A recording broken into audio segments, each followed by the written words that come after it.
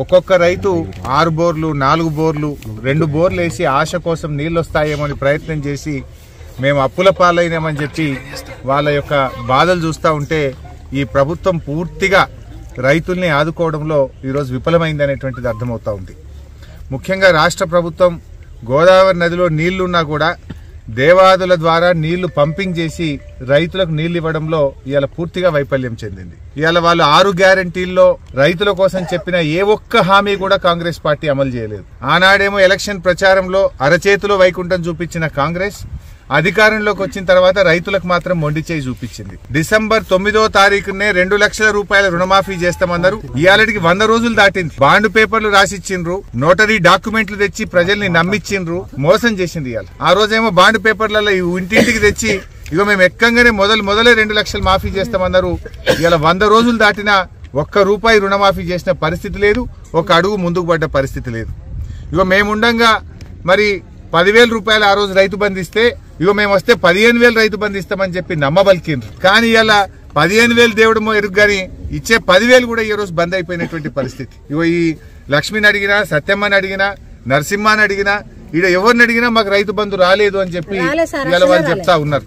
అంటే ప్రభుత్వం కనీసం ఇచ్చే 10,000 రూపాయలు కూడా రైతు బంధు ఇవ్వలేదు. ఒకవైపు రైతు బంధు రాలేదు, ఇంకొక వైపు నీళ్లు వస్తలేవు, కొత్తగా బోర్లు వేసి ఇలా రైతులందరూ అప్పుల పాలైనటువంటి పరిస్థితి ఉంది. అంటే ఇలా కాంగ్రెస్ పార్టీ 2 లక్షల రుణమాఫీ చేస్తామని మోసం చేసింది, 15,000 రైతు బంధు ఇస్తామని మోసం చేసిండ్రు, వడ్లకు 500 రూపాయల బోనస్ ఇస్తామని మోసం చేసిండ్రు, వ్యవసాయ కూలీలకు 12,000 ఇస్తామని మోసం చేసిండ్రు, 15,000 రైతు బంధని మోసం చేసిండ్రు. కౌలు రైతులకు కూడా మేము రైతు బంధు ఇస్తామన్నారు, వాళ్ళను కూడా మోసం చేసిండ్రు. అంటే కాంగ్రెస్ పార్టీ 100 రోజుల్లో అమలు చేస్తామన్న 6 గ్యారంటీల్లో పెట్టిన ఏ ఒక్క హామీ కూడా రైతుల విషయంలో అమలు చేయకుండా ఈ హస్తం పార్టీ రైతులకు మొండి చేయి చూపించింది అనేది మాత్రం ఇవాళ స్పష్టమైతా ఉంది. ఇలా కాంగ్రెస్ వచ్చిన ఈ 100 రోజుల్లో 180 మంది రైతులు ఇలా ఆత్మహత్యలు చేసుకున్నారు ఈ రాష్ట్రంలో. కేసీఆర్ హయాంలో రైతులందరూ కూడా సంతోషంగా ఉన్నారు. 2 పంటలు పండినాయి, రైతు బంధు అందింది, కాలువలలో నీళ్లు అందినాయి, బంగారమూల పంటలు పండితే ఇలా కాంగ్రెస్ పార్టీ వచ్చిన తర్వాత నీళ్లు వస్తలేవు, కరెంటు కూడా ఇప్పుడు ఈ ఎస్టీ రైతులను అడిగితే ఎప్పుడు వస్తుందో ఎప్పుడు పోతుందో తెలుస్తలేదు, 14-15 గంటల కరెంటు కూడా చక్కగా వస్తలేదు, మోటార్లు కాలుతున్నాయి, ట్రాన్స్ఫార్మర్లు కాలుతున్నాయి అని చెప్పి ఇవాళ అక్కా చెల్లెలు చెప్తున్నటువంటి పరిస్థితి ఉంది. అంటే ఈ కాంగ్రెస్ పార్టీ వచ్చిన తర్వాత ఇలా రైతుల కష్టాలు పెరిగినాయి. కేసీఆర్ రైతు బిడ్డ గనక ఆయన ప్రతి నిమిషం రైతుల కోసం దండలాడిండు. సకాలంలో ఎరువులు ఇప్పించిండు, విత్తనాలు ఇప్పించిండు, కరెంట్ ఇప్పించిండు, కాలువ నీళ్లు ఇచ్చిండు, రైతు బంధు ఇచ్చిండు, రైతు బీమా ఇచ్చిండు, ఇచ్చిన మాట నిలబెట్టిండు కేసీఆర్. కానీ కాంగ్రెస్ పార్టీ రైతులకు ఇచ్చిన ఏ ఒక్క హామీ కూడా అమలు చేయకుండా అడుగడుగున రైతులకు మోసం చేసింది. ఇలా రాష్ట్ర వ్యాప్తంగా దాదాపు 20 లక్షల ఎకరాల్లో పంట ఎండిపోయింది. వడగళ్ల వానబడి లక్షలాది ఎకరాల్లో పంట నష్టం జరిగింది. ఈ ముఖ్యమంత్రి గారికి గాని ఈ మంత్రులకు గాని కనీసం రైతుల్ని ఓదార్చే ఓపిక లేదు. 180 మంది రైతులు చనిపోతే ఒక్క మంత్రి కూడా పోయి ఇప్పటిదాకా ఒక రైతును పరామర్శించిన పాపాన పోలేరు.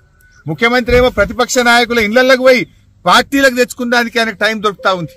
గేట్లు తెరిచినా అని మరి గెలిచిన ఎమ్మెల్యేలను గుంజుకపోయే ప్రయత్నం చేస్తుండు, మా బీఆర్ఎస్ పార్టీ లీడర్లను ఇళ్లకు పోయి గుంజుకపోయే ప్రయత్నం చేస్తుండు. కానీ ఇవాళ రైతులు పిట్టల్లాగా రాలిపోతా ఉంటే, చచ్చిపోతా ఉంటే ఒక ముఖ్యమంత్రి రాడు, ఒక మంత్రి రాడు, కనీసం పరామర్శించరు, ధైర్యం చెప్పరు, గా నీళ్లు ఏ శాత కాదు. నేను మొన్న ఎప్పుడో చెప్పినా మేము గేట్లు తెరిస్తే అందరు మా పార్టీలో చేస్తారు. నువ్వు తెరవాల్సింది గేట్లు రాజకీయ పార్టీల కోసం కాదు, ప్రాజెక్టుల గేట్లు తెరువు, రైతుల పొలాలు కాపాడు, రైతులకు నీళ్లు ముఖ్యమంత్రి అంటే ఆయన చీమ గుట్టినట్టు కూడా లేదు. ఆయన నీళ్లిచ్చి ఇలా పంటలు కాపాడాలి. ఇలా ఈ ప్రభుత్వం తక్షణమే స్పందించి రైతులకు ఎకరానికి 25,000 రూపాయల నష్టపరిహారం ఇవ్వాలి. ఎక్కడైతే ప్రభుత్వ వైఫల్యం వల్ల, ప్రభుత్వమే పట్టించుకోకపోవడం వల్ల రైతులకు నష్టం జరిగిందో ఎకరానికి 25,000 రూపాయలు ఇచ్చి రైతుల్ని కాపాడాలి. తక్షణమే ప్రభుత్వం స్పందించాలి. అదర్వైజ్ ఏమైందంటే వాళ్ళు ఆత్మస్థైర్యం కోల్పోతా ఉన్నారు, ఆత్మహత్యలు చేసుకుంటా ఉన్నారు.